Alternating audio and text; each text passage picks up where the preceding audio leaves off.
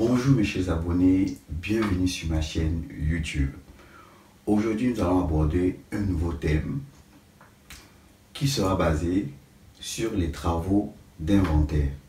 Et tout au long de notre formation, nous allons apprendre dans ce thème plusieurs chapitres, évidemment sur ces travaux d'inventaire. Donc, en introduction, nous allons d'abord comprendre qu'est-ce que c'est les travaux d'inventaire. Donc, les travaux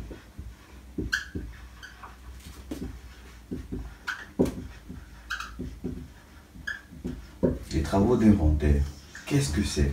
Comment ça fonctionne? Ce qu'il faut comprendre, c'est que dans la comptabilité, on a toujours deux phases. La première phase, c'est la phase de comptabilisation des opérations courantes. Donc, première phase, on comptabilise les opérations courantes.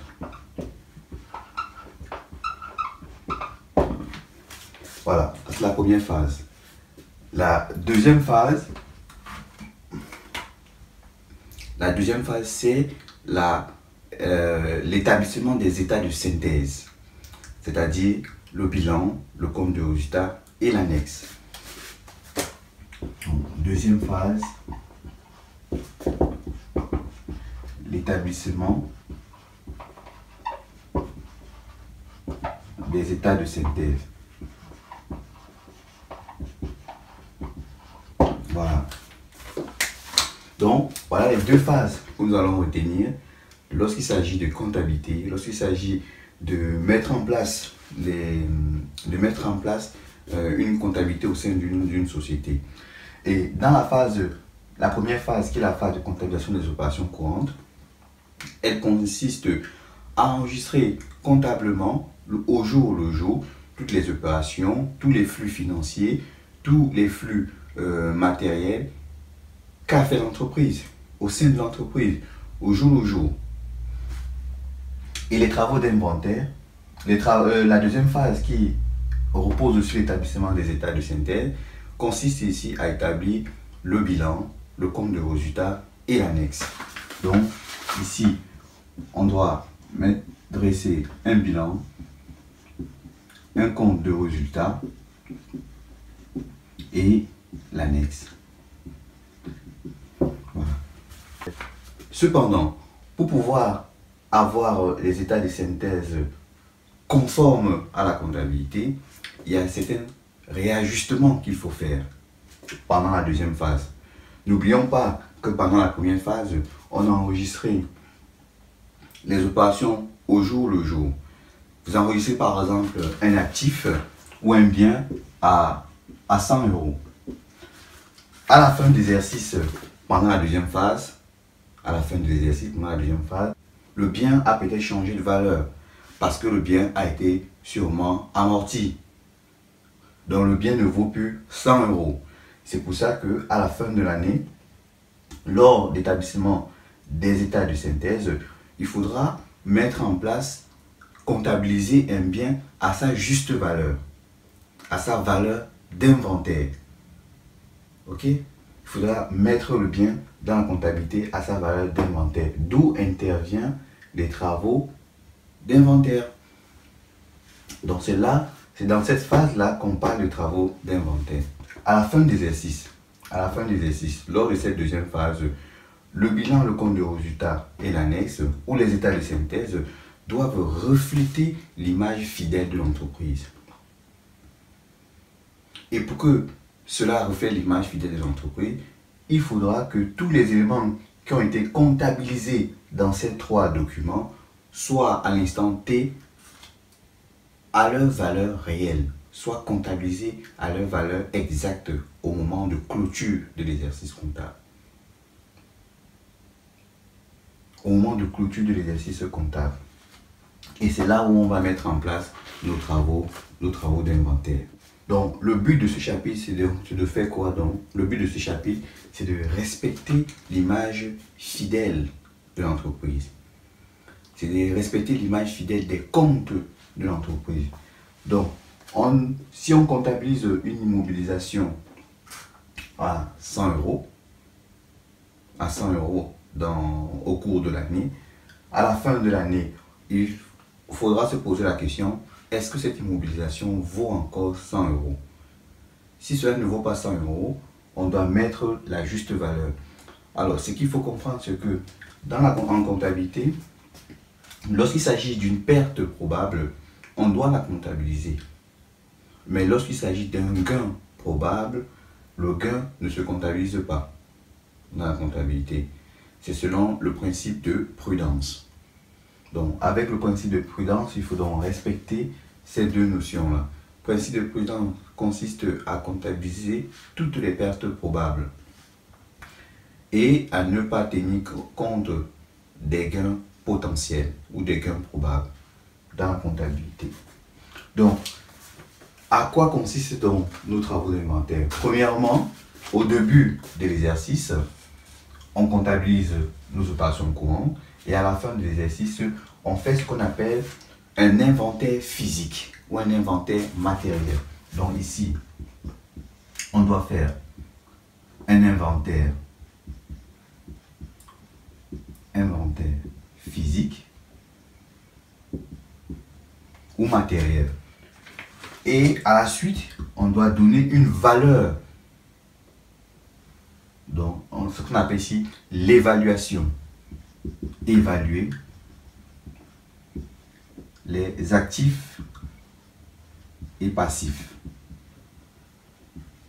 On va évaluer les actifs et passifs.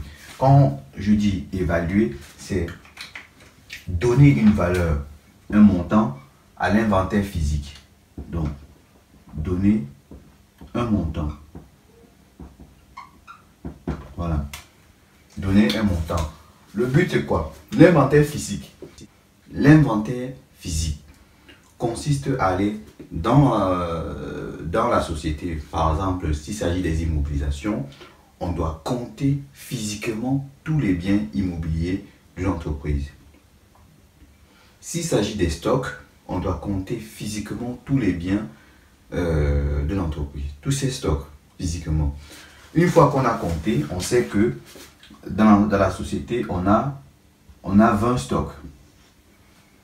On sait que dans la société, on a 20 stocks. Il faudra par la suite donner une valeur à ce stock. Les 20 stocks, à nos jours, à la date d'inventaire, coûtent combien? Donc, c'est pour ça qu'on a mis ici évaluation. Donc, les 20 stocks, à la date d'inventaire, coûtent par exemple 20 000 euros. À la date d'inventaire, coûte par exemple 20 000 euros.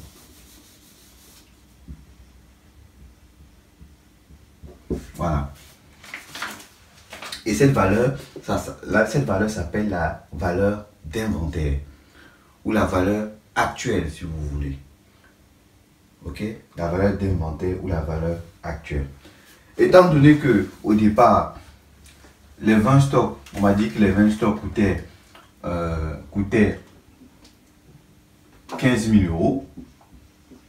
Lorsqu'ils ont été comptabilisés, les 20 stocks coûtaient 15 000 euros. À la date d'inventaire, on se rend compte que les 20 stocks coûtent 20 000 euros. Ça veut dire qu'ils ont pris de la valeur. Et qu'est-ce qu'on a dit avec le principe de prudence? On a dit que lorsque un actif ou un passif prend de la valeur, génère un gain probable, ce gain ne se comptabilise pas. Dans notre cas, on quitte de 15 à 20, donc c'est un gain probable. Ce gain ne se comptabilisera pas. Par contre, si on est dans une perte, oui, cette perte devait être prise en compte dans la comptabilité. Et cette deuxième phase se fera pour tous les biens des biens de la société, que ce soit les actifs ou les passifs. Parce que la deuxième phase, qui consiste à établir les états de synthèse, a pour but de donner une image fidèle du patrimoine de l'entreprise. Quand on parle du patrimoine de l'entreprise, on parle de bilan. Donc le bilan, c'est le patrimoine de l'entreprise. Voilà. Elle consiste également, cette phase-là consiste également à donner une image fidèle du résultat comptable de l'entreprise. C'est pour ça que vous voyez ici, on a le résultat comptable de l'entreprise. Et enfin, elle consiste également à donner une image fidèle de la situation financière, c'est-à-dire des capitaux propres ou des capitaux propres de la société. Donc, 3 choses à retenir. La deuxième phase, qui consiste à établir les états de synthèse, a pour but ici d'établir le bilan, le compte de résultat et l'annexe, tout en donnant une image fidèle de l'entreprise, du patrimoine de l'entreprise, une image fidèle du résultat de l'entreprise et une image fidèle de la situation financière de l'entreprise. Voilà. Voilà sur quoi nous allons nous baser par la suite dans nos travaux. Ce qu'il faut également savoir, c'est que les travaux d'inventaire ne se limitent pas que sur l'évaluation de l'actif ou du passif, mais il s'étale également sur le compte de résultat. Ce qu'il faut savoir, c'est que en comptabilité, lorsqu'on clôture un exercice comptable, si un exercice comptable commence au 1er janvier, N, et finit au 31 décembre, N, la comptabilité dit ceci.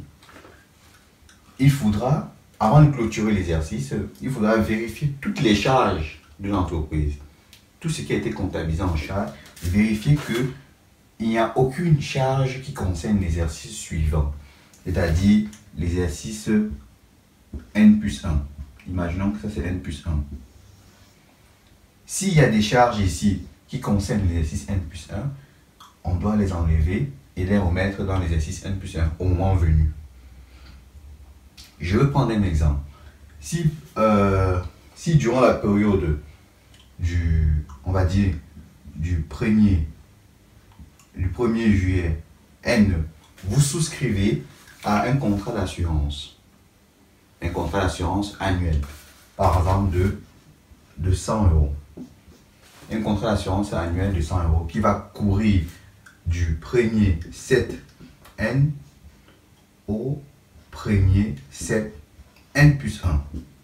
Ça fait 1 an. Vous voyez que dans cette durée, on a la période de N plus 1 et la période de N. Donc, si nous sommes dans le bilan de l'exercice N, on va faire comment? On va comptabiliser le 1er juillet N, on va comptabiliser l'assurance d'un montant de 100 euros. Pour ceux qui ont fait un peu de la comptabilité, lorsqu'on comptabilise l'assurance, 616, soit vous passez par un compte de tiers, soit par un compte de trésorerie directement de 100 euros. Voilà comment on comptabilise. Mais ça, c'est quand? Ça, c'est le 1er juillet N. Et ces 100 euros concernent quoi? Ces 100 euros concernent l'exercice N et l'exercice N plus 1. Alors, en comptabilité, selon le principe de l'indépendance des exercices comptables, on doit conserver que sur un exercice les charges qui concernent cet exercice. Ok? Les charges qui concernent cet exercice. Alors, quittant du 1er juillet N au 31 décembre N, on a combien de mois? On a juillet, août, septembre, octobre, novembre, décembre. On a 6 mois. Donc, de là à là, on a 6 mois. Donc, ça veut dire que dans les 100 euros qu'on a comptabilisés dans l'exercice N, il n'y aura que 6 mois des 100 euros qui vont rester dans cet exercice. Les autres 6 mois seront affectés à l'exercice suivant. La charge de cet exercice doit être affectée à l'exercice suivant. Alors, comment on va corriger ça? Pour corriger ça, on va faire ce qu'on appelle une charge constatée d'avance. Alors, la charge constatée d'avance consiste à réduire le montant de la charge dans les comptes, 100 euros. Donc, ça veut dire qu'on va créditer le compte 616 assurance de la charge qui concerne l'exercice suivant. Alors, si on regarde notre exercice N, 100 euros, ça va nous faire combien? Ça va nous faire 100 divisé par 12 mois et multiplié par 6 mois. On est d'accord? Ok? Donc, si on fait 100 euros divisé par 12 multiplié par 6, étant donné que 6 mois, c'est la moitié d'une année, on peut également faire 100 euros divisé par 2. On a donc 50 euros.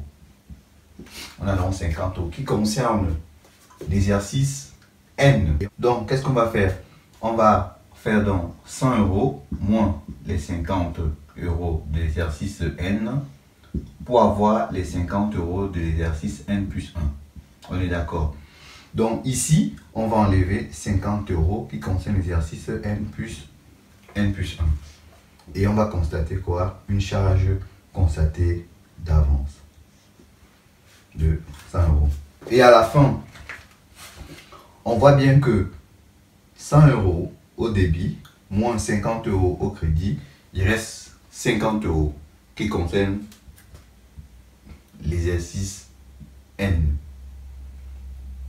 Voilà. Donc, les travaux d'inventaire, c'est ça.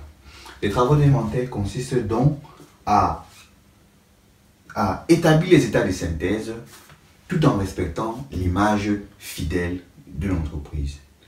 Et respecter l'image fidèle de l'entreprise, c'est donc faire un inventaire physique à la fin de l'exercice, donner une valeur à cet inventaire, à ces éléments d'actifs ou de passifs, ou aux obligations que l'entreprise a envers ses tiers. Ok? Et comparer la valeur comptable, on compare la valeur comptable à la valeur d'inventaire ou à la valeur actuelle. Donc, je vais prendre un dernier exemple.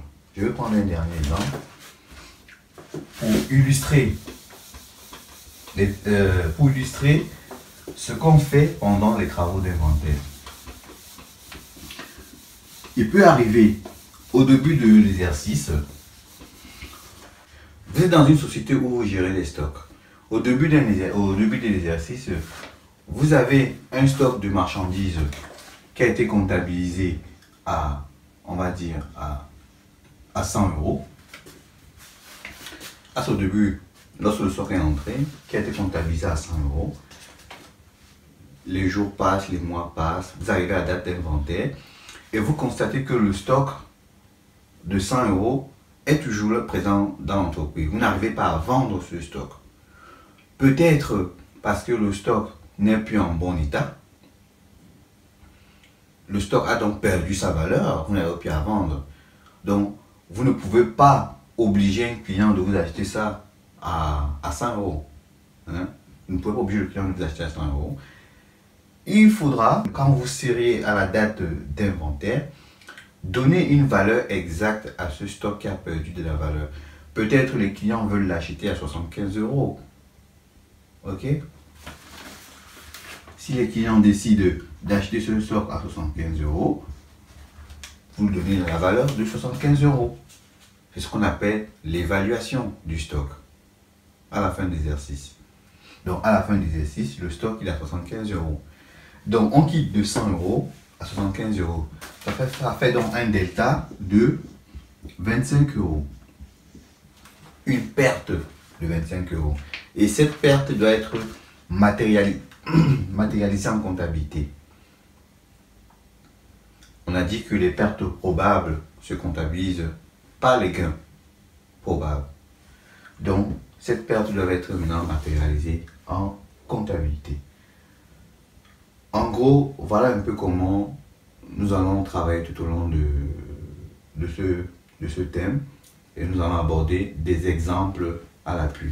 Dans le prochain chapitre, nous allons travailler sur les amortissements. Nous allons travailler sur les amortissements. On va commencer par une explication, on va faire un exercice et on va clôturer le chapitre. Je vous remercie, chers abonnés, d'avoir regardé cette vidéo. Je vous demande de vous abonner massivement à la chaîne YouTube et à mettre un pouce bleu. À la prochaine vidéo.